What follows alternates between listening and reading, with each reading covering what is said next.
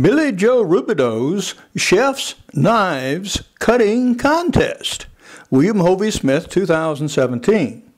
I'm the author of Backyard Deer Hunting, and I'm also the owner of a new company, Hovey's Knives of China, where we make knives after antique Chinese patterns and also modify existing cooking knives to make them more effective instruments in the kitchen. This is Hovey Smith, the Backyard Sportsman, and today we're going to talk about stainless steel chef's knives. I have before me 5 different knives that we have reworked one way or another in the Billy Joe Rubideoux fashion to make them more effective tools than they once were. This is the most radical, which I have put on a stand, an integral stand, so that when you set it down on the table, it is supported above the top of the table. It makes for easier grasp, and we're just going to see how it works. Then we have other knives made of various steels of various thicknesses. This is a Japanese blade. It is trademark Chef Mate. Heavier steel than any of the rest. This is a really robust knife. Whereas the others are quite flexible. This has some flex, but compared to some of these, not near so much. And we have some different things to cut. Some that are going to require a little cutting pressure, some a bit more, and rutabagas, which are going to be the hardest of them all. Now these very thin bladed members are just not going to do well with this. So we're going to use this heavy chef's knife to do the initial cutting on this rutabaga.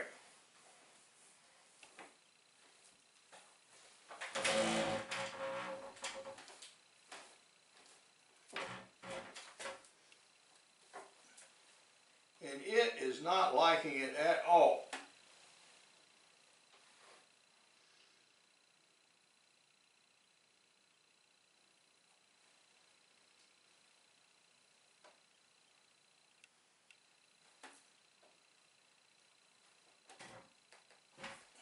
That is a heavy, massive root. And yeah, it's sort of cutting on it, but it's not liking it very much. Now, I don't think our lighter weight knives are going to do any better.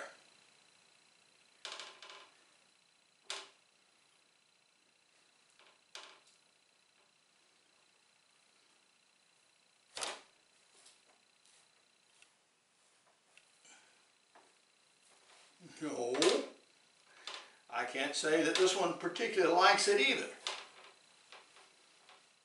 It did cut through somewhat, but we still haven't done the deed.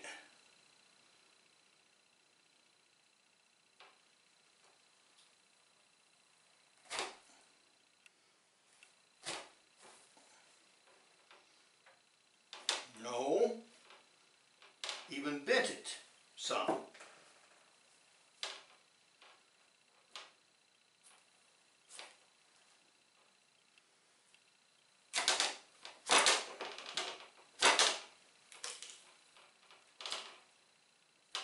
Finally, this German steel Hagel blade managed to cut it, but not very convincingly, because it had some pretty severe cuts in it anyway.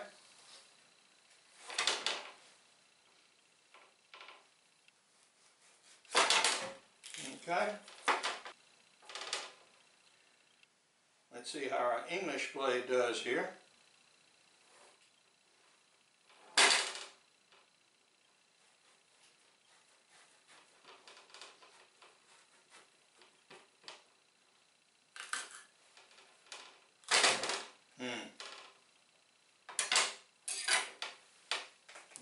Okay. Now we have one called perfection.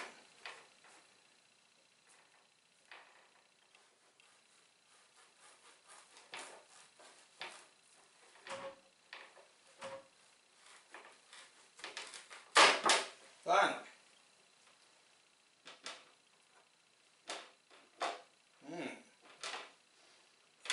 Okay. back to our heavier blade again.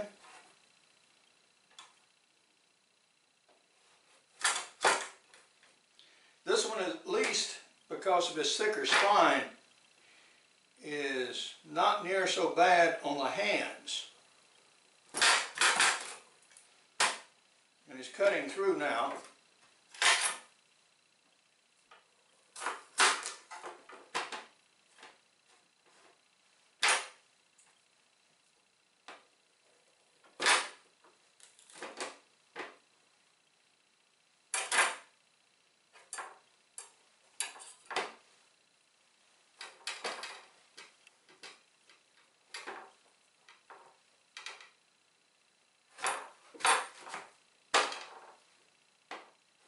This is a serrated blade.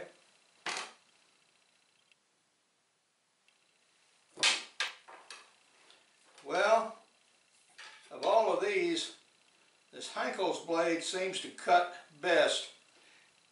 Well, it is hollow ground. It did manage to break through. So we're going to bring up the camera and take a look on some of the finer details. We have proceeded with our onion chop. This Henkel blade did pretty good. This actually heavier blade here felt like it gave you much more authority in the cut.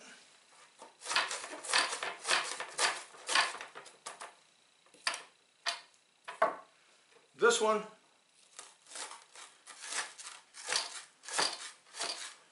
did reasonable.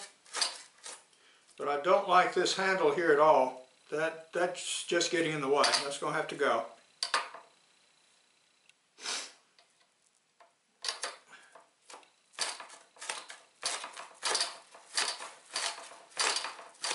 This one gave a good chop.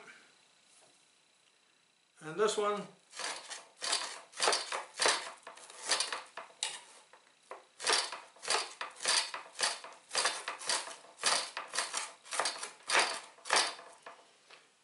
okay, but nothing spectacular. We have tested these knives on some heavy bulk products, and now we're going to see how they do with a little finesse, where some finer cutting is required. We'll start off with our large one here.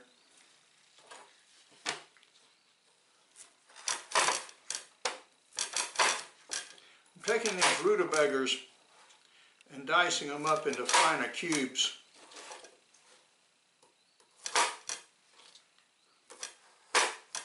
And as we sort of found before, yeah, that heavy blade seems to work very, very well for that.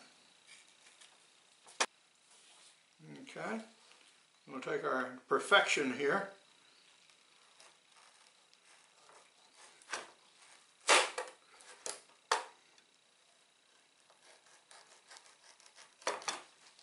That is really having to work to get down through these. Our English blade.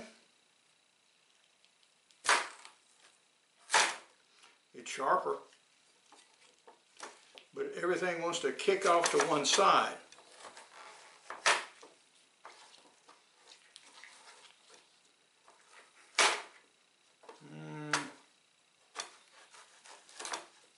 The thinner blade wants to squirm around on you. Our Henkel blade here.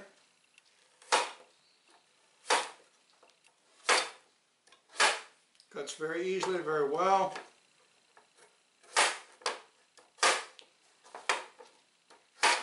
Not much energy involved, by far the better.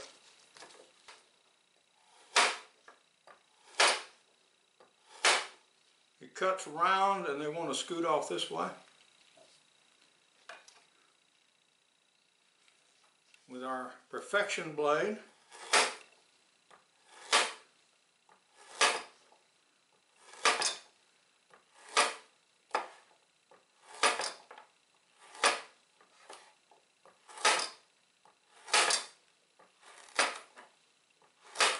wants a straighter cut, better cut. The Henkel blade, much much less energy in the cut.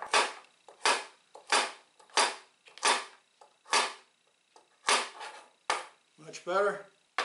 Our thick chef mate here is a nice straight through cut.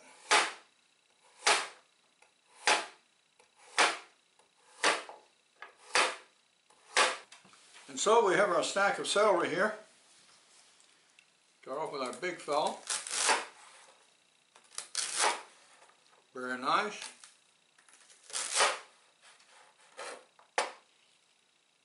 Okay. Our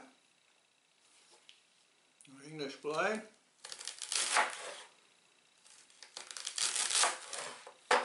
It wants to scoot off this way, which I don't like. Perfection.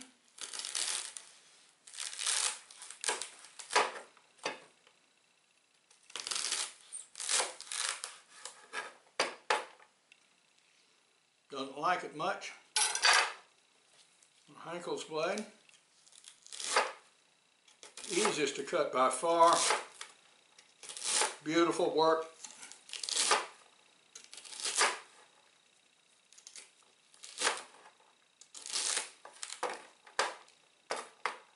The far the better.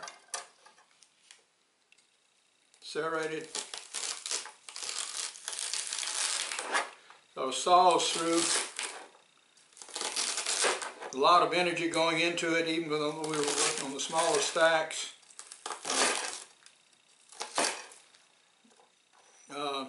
Not near as good as any of the rest. And now we have our meat product, which is a European style sausage.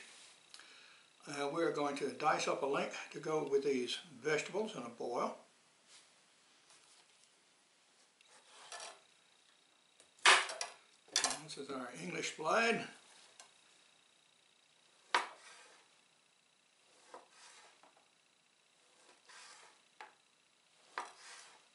Does well. Our heavy chef's knife.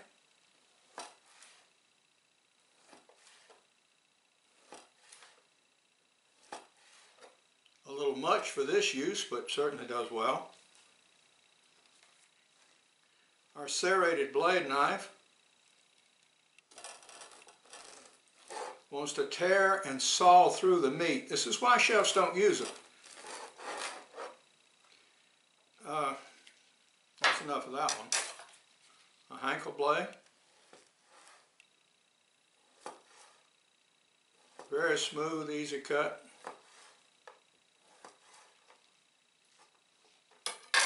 Perfection.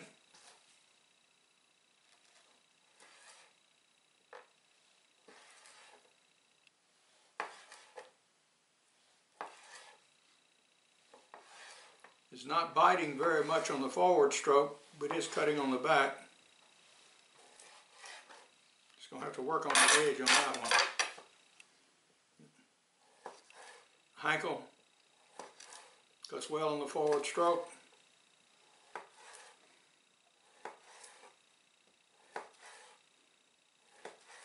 Even though this blade was made apparently in Japan, Henkel did take some care with it. I mean, this is obviously a superior quality steel and a grind.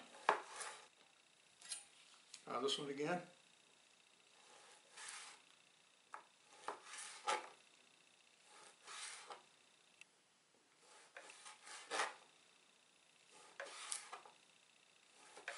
Works nearly as well, but still more resistance. Oh, in our test of chef's knives, what we found that this heavy chef's knife was the best for cutting really heavy stuff like these rutabaga roots. And actually in the kitchen I use a small hatchet to break up rutabagas.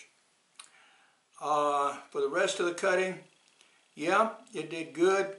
It has a hollow ground blade, bevel both sides.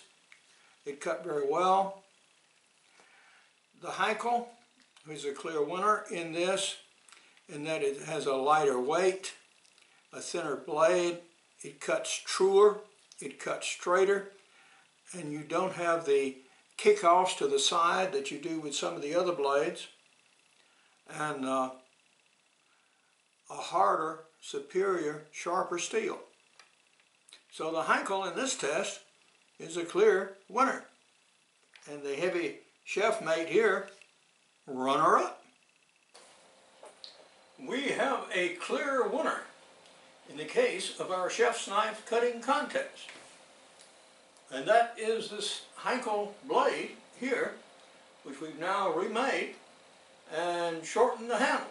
Despite having the shortened grip, this was the better knife. The runner-up was a chef mate knife, and this is about as heavy a spine as you'll ever see on a chef's knife, or should. It's a heavy knife. It cuts reasonably well. It was the only thing that we had that would really make it through that tough rutabaga root. And our little Billy Joe Rubideoux special here, well, this is the last you're going to see of it. Because I'm going to regrind this handle. It was sexy looking, but an absolute failure. But now, this is Vege Smith, reminding you to hunt what you eat and eat what you hunt. Be legal, be ethical, be safe, goodbye, God bless, and see you next time. This is our newly granted U.S. trademark for Hovey's Knives of China, and here are a variety of our knives on 1-inch pegboard. I am the author of a number of prize-winning books, including Extreme Muzzleloading, Backyard Deer Hunting, Crossbow Hunting, and Practical Bow Fishing, and all of these books have chapters about knives and their uses. I'm also the author of a series of e-books on muzzleloading, including shooting and maintaining your muzzleloader. The best thing I did to these knives is actually to grind off those serrated edges. If you want a good chef's knife, choose a hollow ground blade that has a single straight edge. For information on Hovey's Knives of China, you can go to the blog below. For information on my books, blogs, and more than 625 videos, you can go to my website, www.hoveysmith.com. Good hunting and good eating from the outdoors. Goodbye, and God bless.